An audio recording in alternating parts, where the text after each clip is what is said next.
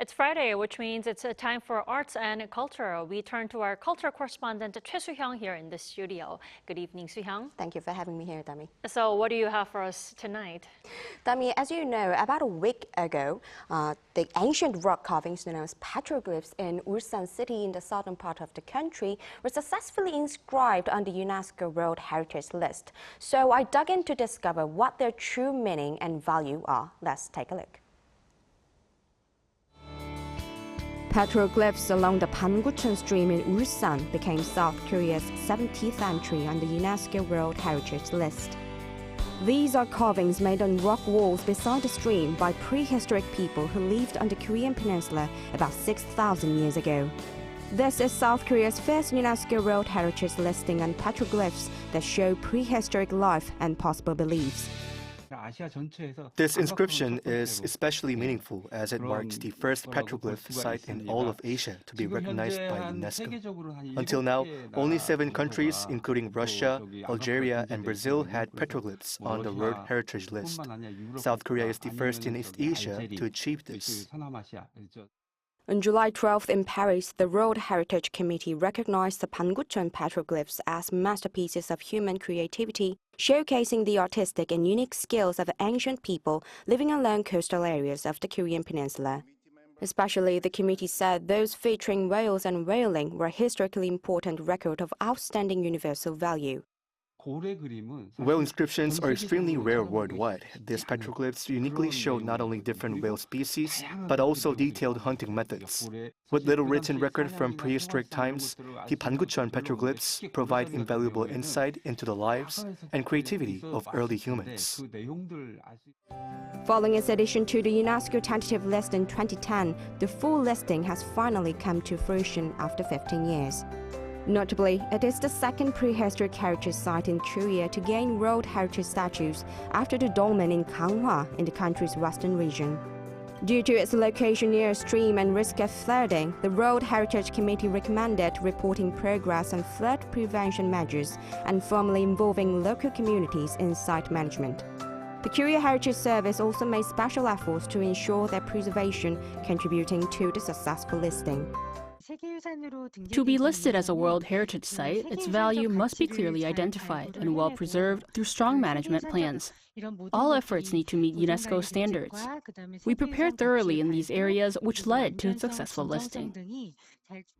South Korea has 13 sites on the UNESCO tentative list, including the second phase of tidal flats, Seoul's old city walls, and Busan's wartime heritage are under review. Excellent. But Soo-hyung, I do have to say, enlisting a site to the UNESCO list doesn't happen overnight, right? Tell us about the efforts made to have the Panguchan petroglyph sites added to the UNESCO World Heritage List. Yes, I mean, Professor Yi also mentioned that the government support was important, but also local community has a main key role, played a main key role. Yeah, due to flood and sunlight damage risk, it took decades after the 1970s discovery to reach the tentative list in 2010. There were many efforts to reduce the risk of damage, including building a dam, setting up research centers, along with private-public cooperation. The local community played a major role in inscribing the Panguchan petroglyphs. There was much debate over building a dam and how to preserve the site. In the end, citizen groups, local government, and community members worked together to achieve the World Heritage listing.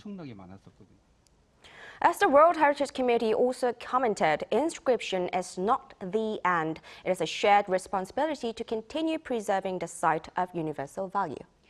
I'm sure there is more than just Panguchan petroglyph sites that deserve to be listed on the UNESCO World Heritage List. What other sites is South Korea preparing to, add more in the near future? Yes, I mean, currently we have 13 sites left on the tentative list. The Korea Heritage Service aims to inscribe the second phase of South Korea's idol flats, expanding the already listed UNESCO World Heritage Site covering Seocheon, Gochang, Sinan, Posong, and Suncheon in the west coast of the country. By adding the tidal flats of Seosan, Buan, Goheung, and Yeosu, the KHS said submitting them to the list will better cover the habitats and migratory routes of waterbirds. In addition, Seoul's old city walls that once encircled Hanyang, an old name for the capital predating Seoul, and Busan's wartime heritage from the Korean War are under review.